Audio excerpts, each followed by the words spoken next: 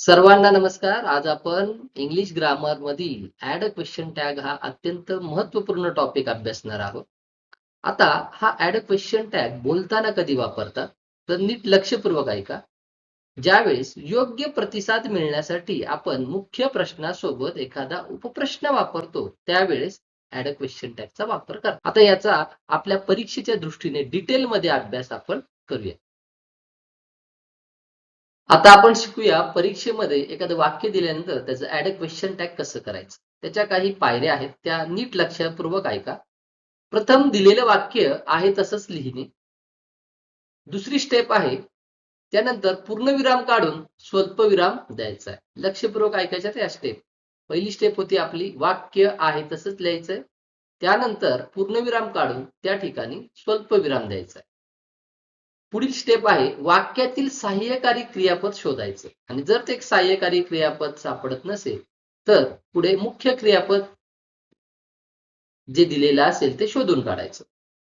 पुढे महत्वाचं म्हणजे दिलेले वाक्य जर होकारार्थी असेल तर त्याचं क्वेश्चन टॅग हे नकारार्थी लिहायचं आणि जर दिलेले वाक्य नकारार्थी असेल तर त्याचं क्वेश्चन टॅग होकारार्थी लिहायचं आहे. आता हे होकारार्थी आणि नकारार्थी कसं ओळखणार? काही नकारार्थी शब्द असतात जसे की नो आहे, not, never, nowhere, none, nothing. हे सगळे काय आहेत? नकारार्थी शब्द. ते जर असतील वाक्यामध्ये तर ते नकारार्थी असेल आणि हे शब्द नसतील तर ते होकारार्थी असेल वाक्य. पुढे आपण डिटेलमध्ये याचा अभ्यास करणार आहोतच. त्यानंतर सहाय्यकारी क्रियापदानंतर कर्त्याचं प्रोनाउन लिहून वाक्याच्या शेवटी प्रश्नचिन्ह द्यायचं. कर्त्याचं काय करायचंय? प्रोनाउन लिहायचं आहे आपल्याला. म्हणजे समजा एखाद्या मुलाचं नाव असेल तर त्याचं प्रोनाउन काय होईल? ही होईल. मुलीचं नाव असेल तर शी येईल. अनेक वचनी कर्ता असेल तर दे आणि एखादा निर्जीव एकवचनी असेल तर इट आणि शेवटी प्रश्नचिन्ह द्यायचं आहे. क्वेश्चन टॅग करताना पुढे दिलेली माहिती अत्यंत महत्वपूर्ण आहे. ही माहिती जर आपल्याला तोंडपाठ असेल तर आपलं क्वेश्चन टॅग चुकणार नाही. नीट लक्षपूर्वक ऐका. दिलेल्या वाक्यामधील जे हेल्पिंग वर्ब आहे ते क्वेश्चन टॅग मध्ये कशा प्रकारे कन्वर्ट होतं ते आपण या चार्टद्वारे शिकणार आहोत. जर दिलेल्या वाक्यामध्ये एम हे हेल्पिंग वर्ब असेल तर क्वेश्चन टॅग करताना आपल्याला आरंट घ्यावं लागेल. इज असेल तर इजंट, आरचं होईल आरंट, वॉचचं होईल वॉजंट, वेअरचं होईल वेरंट, विलचं होईल ओंट, शालचं होईल शांट, हॅवचं होईल हॅवंट. पुन्हा ऐका, शालचं होईल शांट. इथे चुका होतात हा. काही जण काय करतात शाल लिहितात आणि पुढे एनटी लिहून टाकतात आणि शालंट आणि ते रॉंग आहे. शालचं काय होणार आहे? शांट. हॅवचं हॅवंट, हॅजचं हॅझंट, हॅडचं हॅडंट, कॅनचं होईल कांट, कुडचं होईल कुडंट, वुडचं होईल वुडंट, शुडचं होईल शुडंट, मेचं होईल मेंट, मस्टचं होईल मसंट, माईटचं होईल मायटंट, डूचं होईल डोंट आणि डचचं होईल डझंट आणि शेवट आहे डीडचं डिडंट. हे ज्या वेळेस आपलं तोंडपाठ होणार आहे आपल्याला क्वेश्चन टॅग करणं अत्यंत सोपं जाणार आहे. आता यापुढे आपण प्रत्यक्ष सेंटेन्सेस पाहूया आणि त्या सेंटेन्सेसचं क्वेश्चन टॅग करूया. आता आपल्या समोर काही सेंटेन्सेस दिसत आहेत. हे विविध परीक्षांमध्ये विचारले गेलेले प्रश्न आहेत आणि त्यांचं क्वेश्चन टॅग कशा प्रकारे केलेलं आहे ते आपण अभ्यासूया. तुमच्या समोर जे पहिले सेंटेन्स दिसत आहे, Ashok is an army officer. आता याचा आपण क्वेश्चन टॅग करूया. नियम आठवा. सुरुवातीला काय करायचंय? मला वाक्य जसं आहे तसं लिहायचंय. चला, Ashok is an army officer. मी हे वाक्य जसं आहे तसं लिहितो. Ashok is an army officer. त्यानंतर मी काय करणार आहे? हा जो पूर्णविराम आहे पूर्णविरामच्या ऐवजी मला द्यायचा आहे स्वल्पविराम. फुल स्टॉपच्या ऐवजी मी कॉमा देणार आहे. दुसरी स्टेप झाली. त्यानंतर मला काय शोधायचं आहे? वाक्यामध्ये सहाय्यकारी क्रियापद हेल्पिंग वर्ब काय दिलेलं आहे? आता हेल्पिंग वर्ब कोणते असतात? नीट ऐका. प्रेझेंट टेन्स मध्ये कोणते हेल्पिंग वर्ब येत आहेत? एम, इज, आर, हॅव आहे, हॅज आहे, हे प्रेझेंट टेन्स मध्ये येत आहेत. आणि पास्ट टेन्स मध्ये कोणते हेल्पिंग वर्ब येणार आहेत?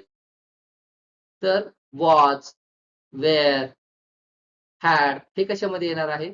पास्ट टेन्स मध्ये. आणि फ्युचर टेन्स मध्ये विल आणि शॅल. आणि एक महत्वाची गोष्ट सांगायची राहून गेली ती ऐका. काही वेळेस त्या वाक्यामध्ये आपल्याला सहाय्यकारी क्रियापद दिसतच नाही. म्हणजे सिंपल प्रेझेंट टेन्सचं वाक्य असेल तर त्या ठिकाणी तुम्हाला क्वेश्चन टॅग करताना सहाय्यकारी क्रियापद म्हणून डू किंवा डज घ्यावं लागेल. आणि सिंपल पास्ट टेन्सचं वाक्य असेल ना, तिथे तुम्हाला काही हेल्पिंग वर्ब दिसत नाही, मग त्यावेळेस डीड याचा वापर करावा लागतो. हेल्पिंग वर्ब आणखी महत्वाची एक गोष्ट आहे की त्या वाक्यामधले जे मॉडल ऑक्झिलरीज आहेत ते शोधायचे तुम्ही. म्हणजे कॅन, कुल्ड, माइट, मस्ट हे सगळे काय आहेत?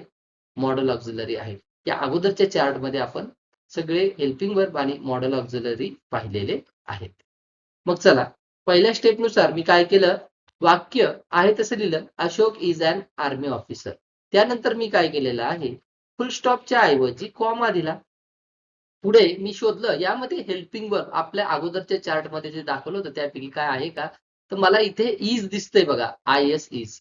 मग इजचं आपल्या चार्ट प्रमाणे काय होणार आहे? इजचं होणार आहे isn't.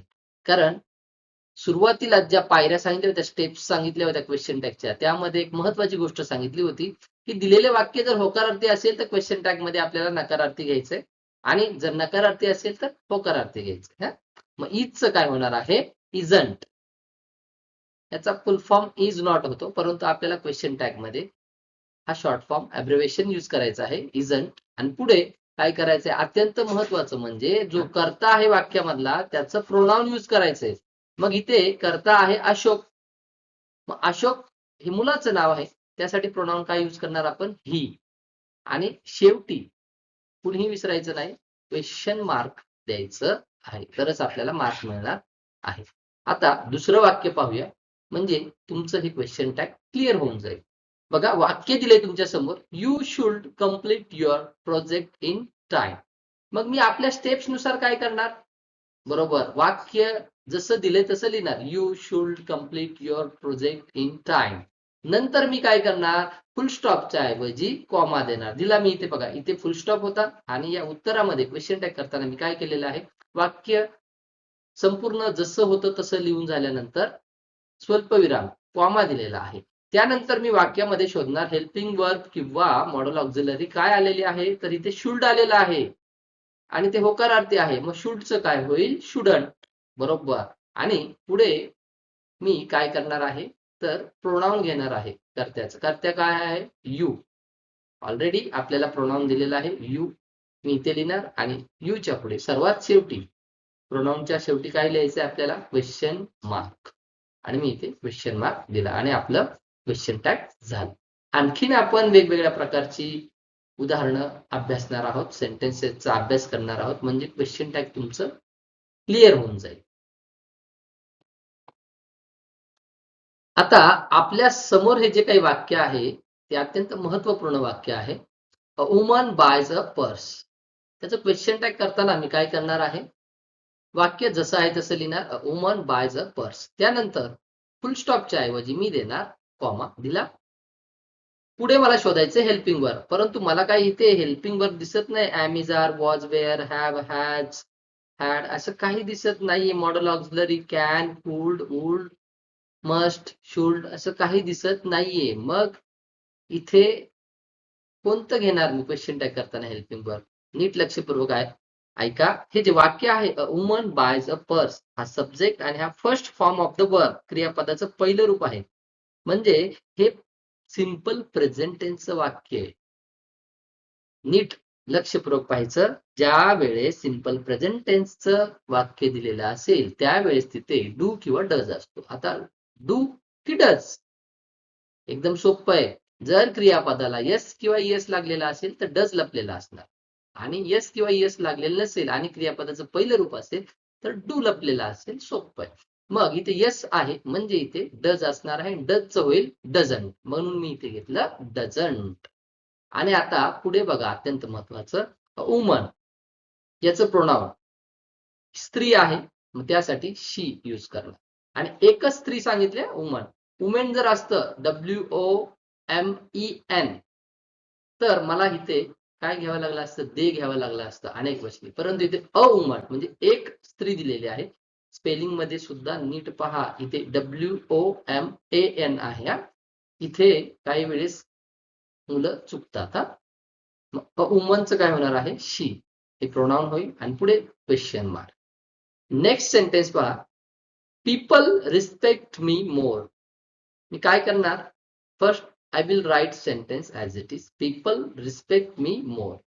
Then I will put a comma instead of full stop. या फुल स्टॉपच्या ऐवजी मी काय देणार, या ठिकाणी कॉमा देणार. आता मला काय शोधायचंय, हेल्पिंग वर्ब. इथे सुद्धा मला काहीच हेल्पिंग वर्ब दिसत नाहीये. पण नीट लक्षपूर्वक जर मी पाहिलं या वर्ब कडे, रिस्पेक्ट हे वर्ब आहे की नाही, पीपल हे सब्जेक्ट आहे आणि रिस्पेक्ट हे वर्ब आहे. या वर्बला यस येस काय लागलंय का, नाही, म्हणजे तिथे डज नसणार. मग हे पाहायचंय मला, हे पहिलं रूप आहे की दुसरं रूप आहे. रिस्पेक्ट हे फर्स्ट फॉर्म आहे, यस येस लागलेला नाही, म्हणजे माझं निश्चित झालं की इथे डू आहे. मग डूचं मी काय करणार, डोंट. आणि पुढे मला काय करायचं आहे, कर्त्याचं प्रोनाउन घ्यायचं आहे. मग पीपल हा कर्ता आहे, सब्जेक्ट आहे पीपल, त्याचं प्रोनाउन होईल दे. आणि पुढे शेवटी देणार मी क्वेश्चन मार्क आणि माझं क्वेश्चन टॅग कंप्लीट झाले.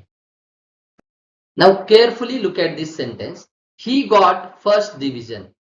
याचं मला क्वेश्चन टॅग करायचंय.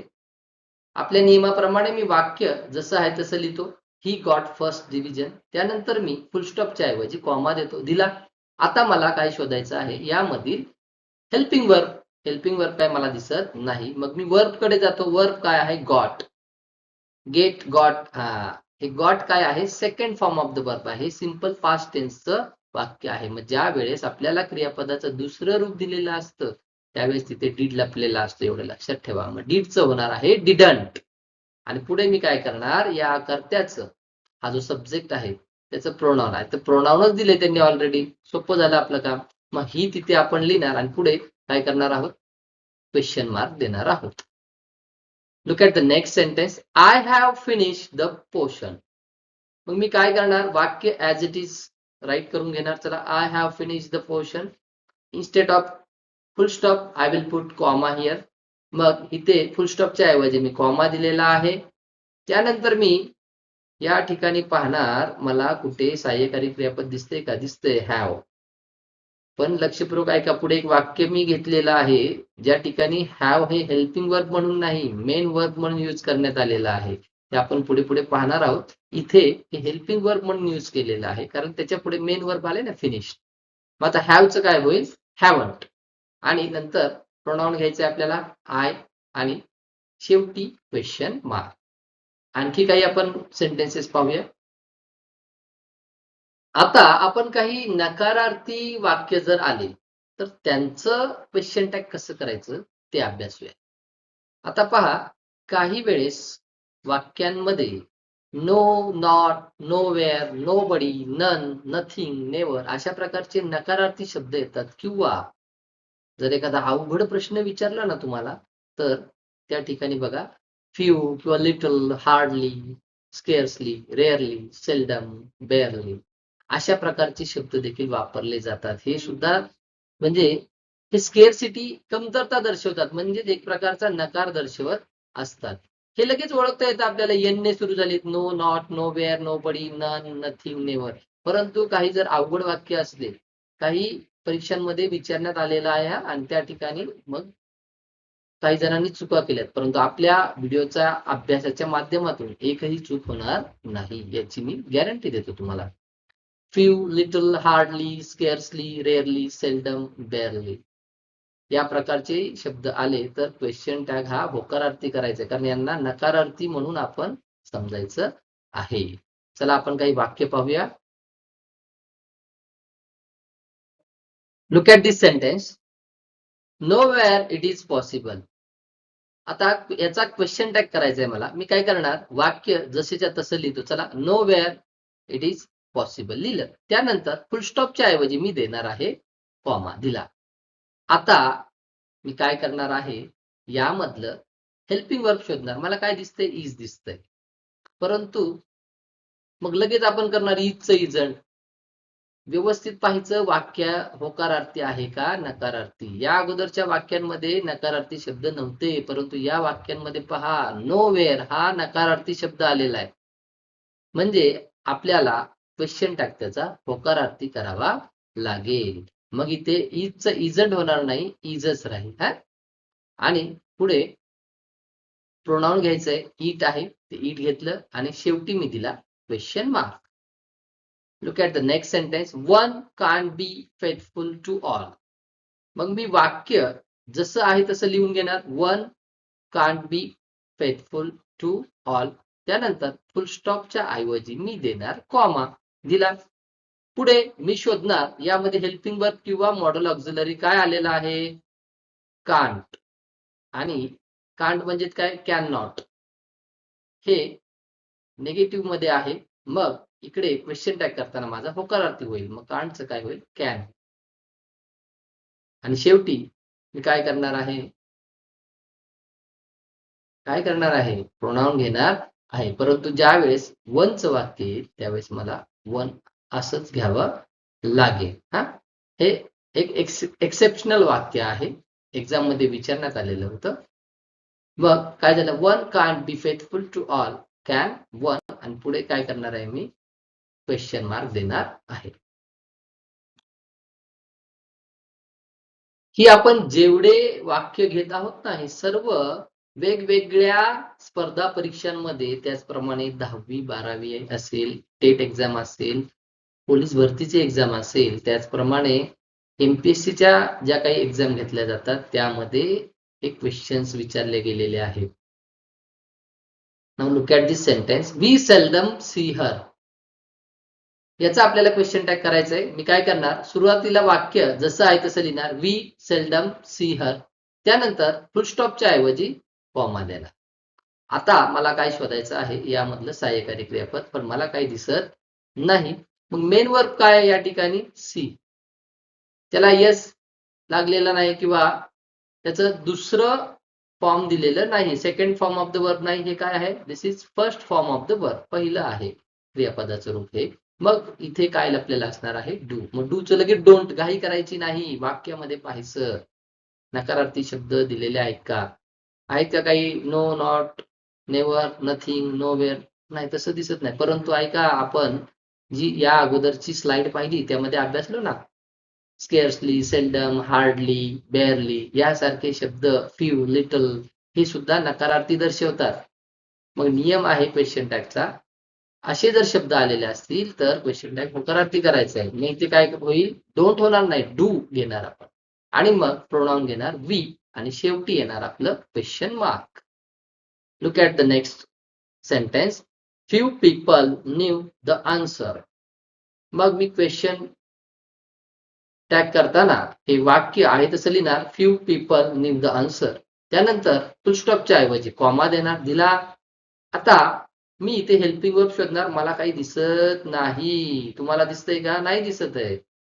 अरे वा, एका मुलाला दिसलं, ठीक आहे, बरोबर आहे. इथे बघा वर्ब आहे हे न्यू, हे नोचं न्यू हे सेकंड फॉर्म आहे, म्हणजे हे सिंपल पास्ट टेन्स आहे. सेकंड फॉर्म असेल वर्बचं म्हणजे तिथे काय असणार आहे, डीडचं. लगेच डीडचं डिडंट नाही, घाई करायची नाही. वाक्यामध्ये इतर शब्द पहा, नकारार्थी शब्द कुठे दिसत आहेत का, यांनी सुरू होणारे, no, never, not, nothing, none, नाही दिसत, नो वेअर. परंतु दुसरे बघा, आपण अभ्यासलेले few, little, seldom, barely, scarcely, काय आलंय, फ्यू आलेला आहे. मग इथे काय करावं लागेल आपल्याला, क्वेश्चन टॅग हा होकारार्थी होईल. मग इथे डीडचं डिडंट नाही होणार, डीडच राहील. मग डीड घेतलं मी आणि पुढे प्रोनाउन घेऊया, फ्यू पीपल. हा तर पीपल हे काय आहे, फ्यू पीपल हे सब्जेक्ट आहे. मग हे अनेक वचने असल्यामुळे मला प्रोनाउन घ्यावा लागेल दे. आणि शेवटी येणार क्वेश्चन मार्क. आता या सेंटेन्सेस कडे पहा, थोडे वेगवेगळे सेंटेन्सेस आपण अभ्यासूया. दिस इज अ ब्युटिफुल सिटी. मी काय करणार, वाक्य जसं आहे तसं लिहिणार. चला, लिहिलं वाक्य जसं आहे तसं, फुल स्टॉपच्या ऐवजी कॉमा देणार, दिला.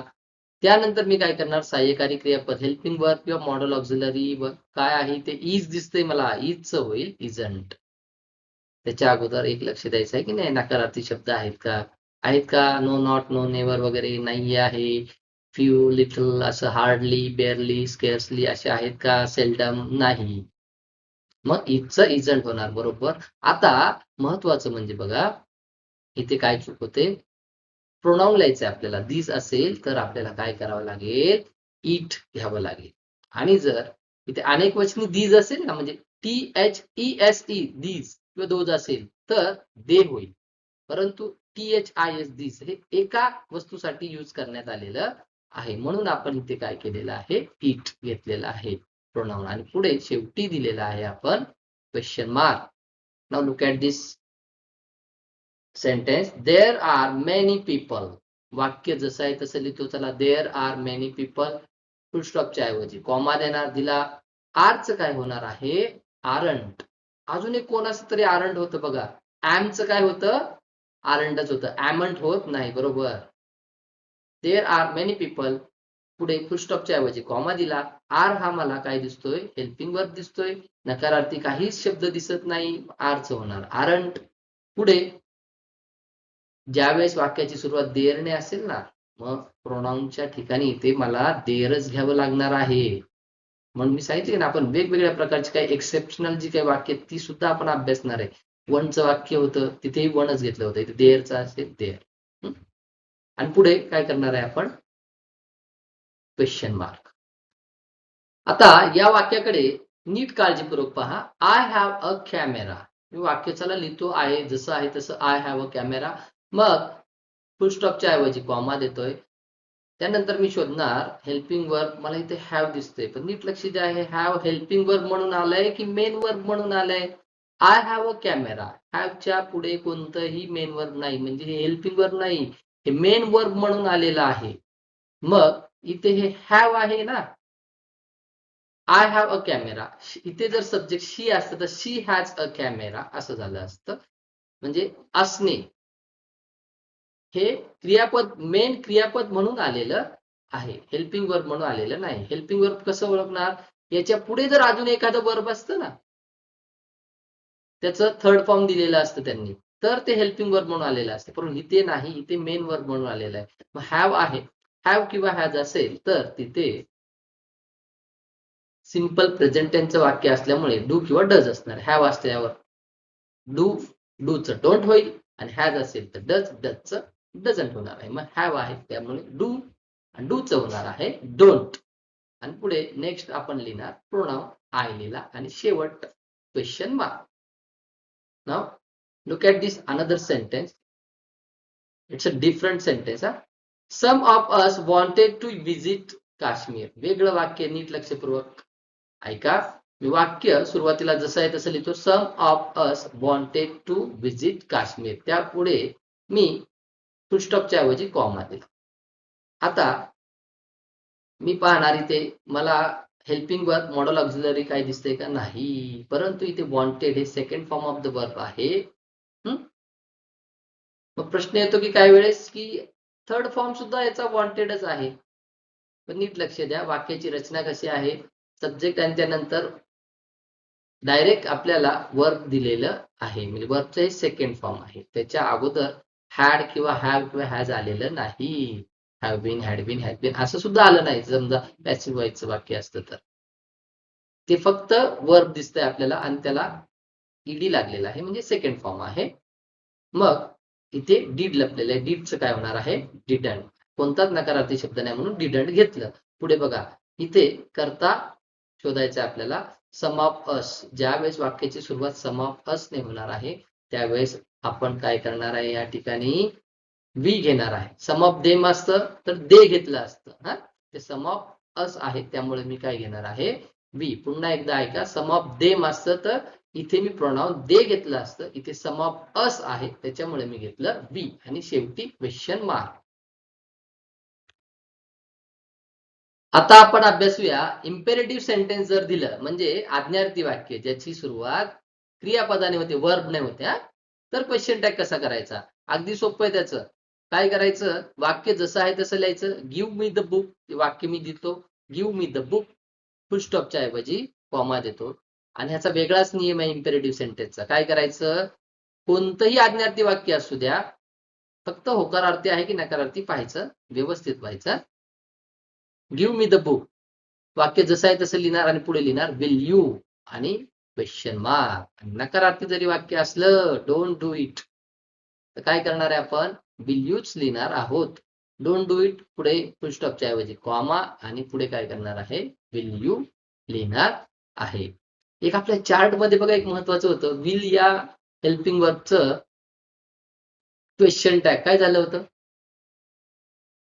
विलंट नाही वोंट, तिथे चुका होतात. हा एक वेगळा प्रकार आहे आपल्या समोर. वाक्याची सुरुवात लेटने झालेली आहे. Let us study hard. बघा नीट लक्ष द्या, ज्या वेळेस वाक्याची सुरुवात लेटसने होणार आहे त्यावेळेस क्वेश्चन टॅग त्याचा शाल बी होणार. वाक्य जसं आहे तसं लिहिणार, लेटस स्टडी हार्ड लिहिलं, फुल स्टॉपच्या ऐवजी कॉमा देणार आणि नियम काय सांगतोय, लेटसने वाक्याची सुरुवात असेल तर क्वेश्चन टॅग मध्ये शाल बी लिहायचं.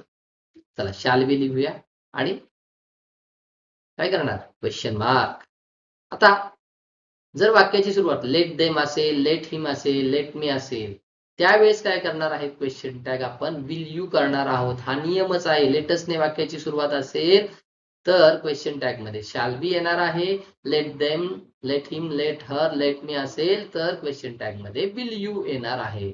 मग वाक्य जसं आहे तसं लिहितो, लेट देम प्ले हॉकी लिहिलं, पुढे फुल स्टॉपच्या ऐवजी कॉमा आणि शेवटी विल यू आणि क्वेश्चन मार्क. अजून एक महत्वाचा प्रकार आपण पाहूया क्वेश्चन टॅग मधील. वाक्यामध्ये anybody, nobody, somebody, everybody, anyone, none, someone, everyone, these, those हे शब्द सुरुवातीला आलेले असतील तर आपल्याला क्वेश्चन टॅग करताना तिथे प्रोनाउन म्हणून दे यूज करायचा आहे. एक सेंटेन्स आपण पाहूया याचं. Look at the sentence, everyone kept quiet. मी वाक्य आहे तसं लिहिणार, एव्हरीवन केप्ट क्वाइट, आणि मी आताच नियम सांगितला की एव्हरीवनने वाक्याची सुरुवात झाली असेल तर काय करणार आहे मी तिथे प्रोनाउन दे म्हणून घेणार आहे. हे क्लिक झालं तुमच्या डोक्यात. चला वाक्य सोडूया पुन्हा एकदा. एव्हरीवन केप्ट क्वाइट, वाक्य आहे तसं लिहिलं, पूर्ण विरामच्या ऐवजी फुल स्टॉपच्या ऐवजी कॉमा दिला. त्यानंतर मी हेल्पिंग वर्ब शोधणार आहे. इथे मला काही हे हेल्पिंग वर्ब दिसत नाही, परंतु इथे पहा केप्ट हे second form of the verb आहे. कीप, केप्ट, म्हणजे इथे डीड लपलेला आहे, डीडचं होणार डिडंट आणि एव्हरीवन आल्यामुळे मी घेणार they. Look at the another sentence, these are not for you. चला वाक्य जसं आहे तसं लिहितो, these are not for you, फुल स्टॉपच्या ऐवजी कॉमा. इथे मला हेल्पिंग वर्ब आर दिसते, परंतु पुढे नॉट सुद्धा दिसतोय, नकारार्थी आहे, म्हणजे त्याचा क्वेश्चन टॅग होकारार्थी होईल. फक्त आर घ्यावा लागेल मला, आर घेतलं आणि दीज हे सब्जेक्ट आल्यामुळे मी काय करणार आहे प्रोनाउन दे घेणार आणि शेवटी क्वेश्चन मार्क. आज आपण या व्हिडिओमध्ये ऍड अ क्वेश्चन टॅग याचा अभ्यास केलेला आहे आणि वेगवेगळ्या प्रकारचे सेंटेन्सेस आपण या व्हिडिओमध्ये अभ्यासलेले आहेत. या प्रकारचे आणखी व्हिडिओ पाहण्यासाठी आपण या YouTube चॅनलला लाईक, शेअर आणि सबस्क्राईब करा. चला भेटूया पुढील व्हिडिओमध्ये.